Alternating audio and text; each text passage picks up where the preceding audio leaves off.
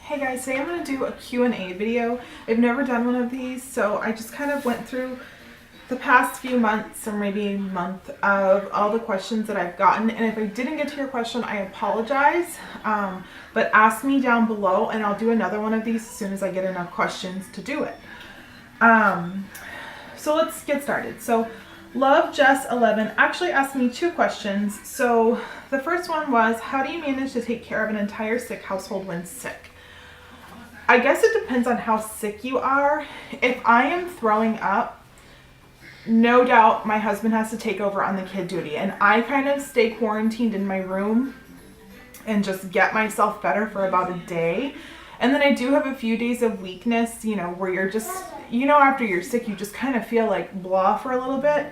But those are the days I just go sit on the couch. I don't do any cooking. I don't do any cleaning. I don't do any laundry. I don't do anything like that. And I basically just make the kids their food and give them drinks and sit on the couch. My husband's really good about, if I'm not sick, he takes care of me, he takes care of the kids, he does whatever needs to be done. But you know, your husband has sick time too. And when you're sick, that's sick time as well. Like if he has to take care of his sick spouse or sick children, you know, they are allowed to do that too. You know, we often think, oh, well, I'm a stay-at-home mom, my husband can't take off. It doesn't work that way. At my husband's job, at least, if I'm sick, they give him a sick day. They let him use a sick day for it, or if they have to use a personal day, or if they have to take a day without pay, there's nothing you can do. I mean, you can't control yourself being sick, especially because I feel like my immune system is the weakest in the house because I'm constantly taking care of the kids when they're sick and passing germs, and, you know, it's not ideal, but I at least try to give myself at least 24 hours. There have been times whenever I've given myself 48 hours, and I mean, it's been to the point with Aubrey, Ellie, and Casey, I nursed them all exclusively.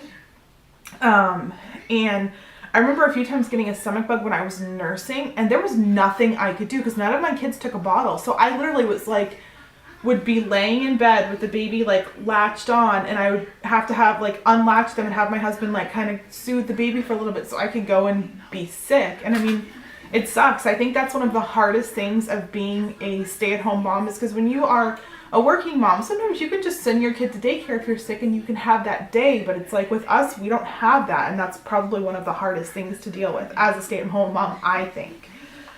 And she asked me another good question, school-age children, what to expect. Our life got turned upside down when Trevor started school, because here they do half-day kindergarten, so either they go in the morning or the afternoon, and my biggest thing can say is routine. Get yourself in a really good routine. We prepare bags, clothes, everything that we can the night before. We give baths the night before. Literally, we make dinner. As I'm making dinner, I'm normally packing the kids' lunch or snack, depending on if they're buying or taking, and then put those in the refrigerator. And I tell them to get their clothes picked for school tomorrow, and then I go and double check. And I'm talking like long sleeve, short sleeve, pants, socks, shoes, underwear, jackets, hats, gloves.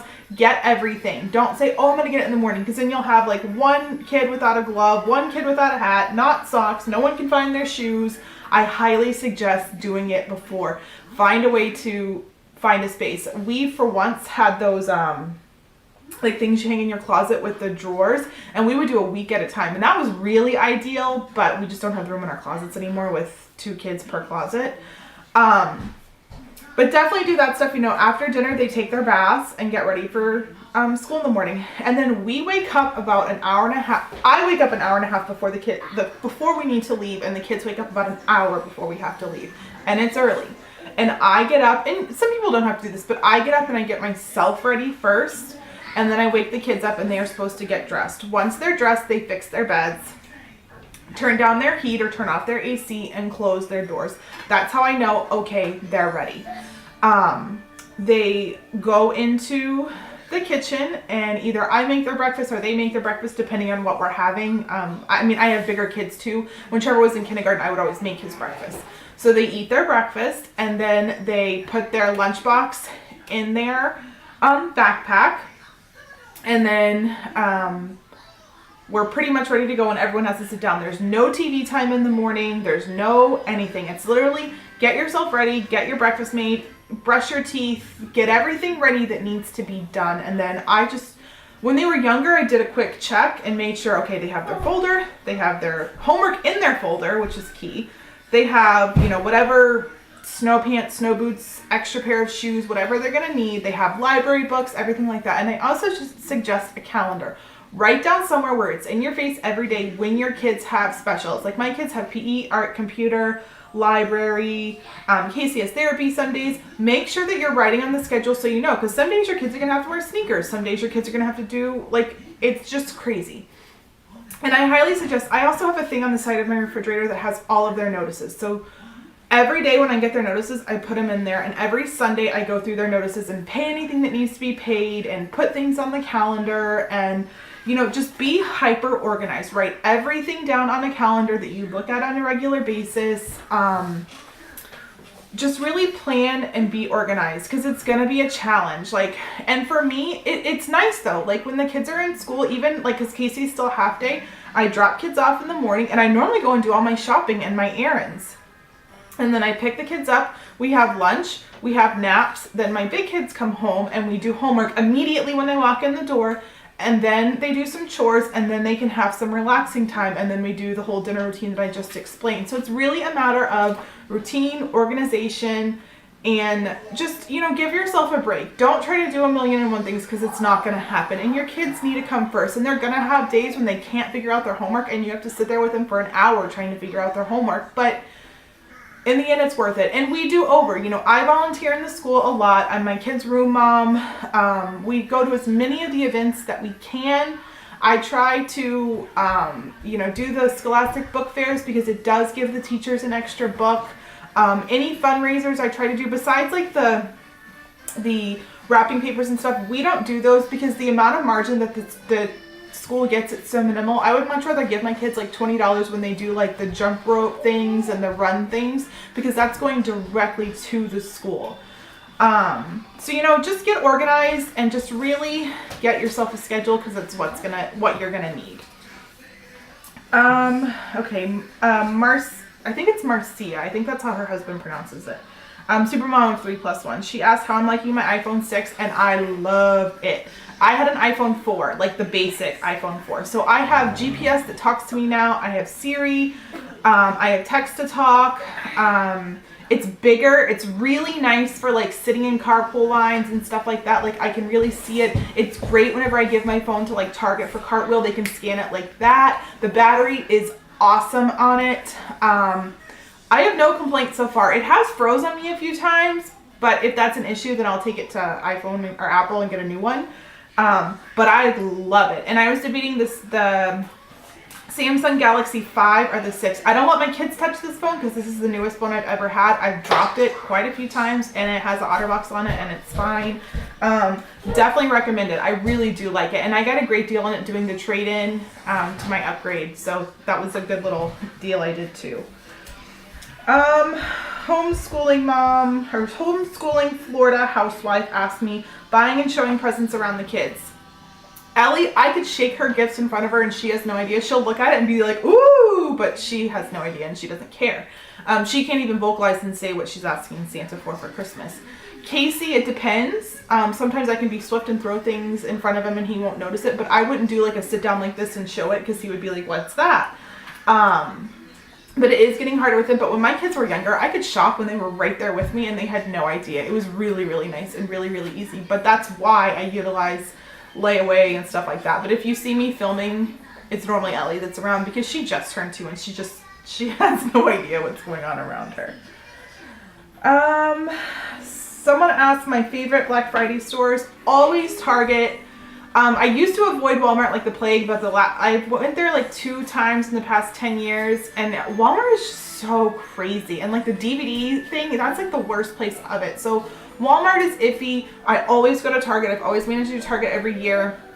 Sometimes I do Toys R Us, but I haven't gone to Toys R Us and waited in line in years. I now do everything online. Love Kohl's, but I do all of it online. Sometimes we find things at JCPenney or Sears, like mainly like work boots for my husband and clothes. But those are things that I'll go like later on, not when they first open. Michael's has really great sales if you're like a crafty person.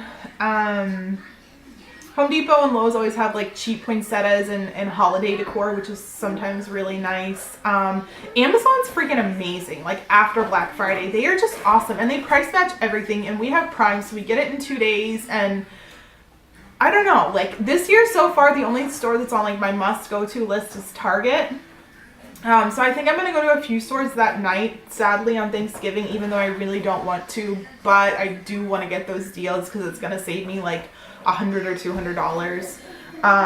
But I think it'll be over and done with fairly quickly because I just don't have a lot of stores this year because it seems like it's the same stuff every year, and everyone has the same things on sale, so you can just hit one store and be over and done with it. And I'm going to try to do as much as I can the week before the day of Thanksgiving online, because that's just the way to go. Someone asked the BF app. I don't use the app. I use bfads.net, and I have like an email subscription, so every time an ad gets released it comes to my email, and I put them VIP in my phone so that it pops up so I see it right away. Someone asked where will we eat at Disney next time. Right now our reservations are for T-Rex again. We really enjoyed that. We have Mama Melrose again or Hollywood and Vine, but we're going to ask the kids which they prefer. We have Via Napoli or Coral Reef at Epcot. We have Be Our Guest at the Magic Kingdom. We have Chef Mickey's and Ohana. And I believe that's it. And our next trip, we're doing the same thing, Saturday to Saturday. For us, because tickets get noticeably cheaper per day that you add on after 3 days, it's worth it for us to stay as long as we possibly can. Right now, we have a 25% room discount, so that's pretty cool. And we are doing the dining plan as of now, but that could change. We aren't sure if we want to spend the money because it is like $1,500 more expensive or something like that. But we do like the fact that I don't have to do anything. I, for once, get a break. Like, because like otherwise it's going to be mom has to make breakfast for everyone. Mom has to make some sort of lunch for everyone. We're going to have to go back and forth to the store a few times because it's tiny little fridges. And then we're like dragging around food and more bags. So we're just trying to figure out how we want to do it. Because, I mean, Disney is totally doable dining plan. I know someone that goes like multiple times a year and has a cooler and just carries around food. But I don't know if that would feel like vacation to me. And right now we can afford to do the dining plan. If you watch a video, I'll link it down below where I discuss. We're literally taking a little bit of our tax return, a little bit of some bonus money that my husband gets, and $140 a paycheck, and we're going back to Disney in April. So it's like no brainer for us. And then Terry Langford asks, how do you plan for a Disney trip? Where? How many days? Cheapest way to go about it? Dining plan? All that stuff. Basically, we knew that we wanted to go back in November because I wanted to see Disney in Christmas. After watching Being Mommy with Styles vlogs, we decided maybe we'll go like the day before Halloween and stay like a little bit longer so that we can see Halloween and Christmas. So we're not sure when we're doing that yet, but we are going to go where we can see Christmas next time for sure. And then we were thinking, we had a little bit of extra money. My husband made a lot more money this year than he did last year. And we're thinking, okay, we have a little extra money, and we got really good at like cutting things down because we were going to Disney, that maybe we could run it again. And so we looked at numbers, and we didn't want to take the kids out of school, so we decided we have a vacation, like a spring break vacation, and we looked into it and we could afford it, and we said, okay, we'll try it again. And if we can't afford it by then whatever, we'll move that money to our November trip. That's the beauty of Disney, is you can pay as little increments as you want as long as you put that $200 deposit down. So every now and then I buy a few gift cards at Target and put them to our balance. how do we plan on, or where do we plan on staying? We go for cheapest. We will not stay at Value. We will not stay at the All-Star resorts because 3 resorts share a bus and the buses are hell, and just not doing it. It's just, it won't be a good time. Everyone will be miserable. I had one too many bus rides holding Ellie the whole way standing up, and I'm not doing that again. We will not stay at Pop. Maybe we will, but as for now, we have a bad taste in our mouth with Pop. We didn't like it. The resort is too big for us to be pushed all the way to the back and have a double stroller and be upstairs, and there's just too many risks with Pop, and for the money that you would pay for an upgrade fee, you could stay somewhere different, so we won't stay at Pop. So this trip we had the luxury of Ellie still free, so we could stay at Port Orleans. We could stay at the resorts that house 5. So we chose Port Orleans because it's the only time that we'll be able to stay there with the kids, and it just made sense because it's really cheap. So that's how we picked our April trip. From then on, we will probably stay at Art of Animation because it houses all of us. It's a huge room for all of us, and everyone can have their own beds, and no one fought, and it was just ideal. So we think that'll be a resort. When the kids get older, we would like to stay somewhere at like Beach Club, but we would rent DVC points. We wouldn't be paying through Disney that way. How many days do you stay? I think we're gonna always do the Saturday to Saturday thing, a day of travel each time, and then get 5-day tickets, and then kind of have a day off or a water park day or whatever. That just worked really well. It was long enough, but we were also ready to come home when the time came, so I think that's ideal for us. Cheapest way to go about it: don't do the dining plan, don't get Memory Maker, stay at a Value resort, buy your gift cards to pay off your balance at a discount, get the Southwest credit card and fly Southwest. If you get the Southwest credit card and you charge a certain amount, you can get like 25 to 50,000 points, which is like one way sometimes for free. Big tip, my mom did that for us for our last trip, and we only paid like $700 to fly there. Drive, that if you have a reliable vehicle, that's really cheap. Ask for gift cards for birthdays, anniversaries, Mother's Day, Father's Day, Christmas, everything. You'll be amazed. We got over $2,000 in gift cards between my mom gifting them to us and the party we had for the kids, which gave us all the money we ever needed to buy anything that we wanted there, plus our tips, plus everything. Plus we used what we had left over to book our trip in April.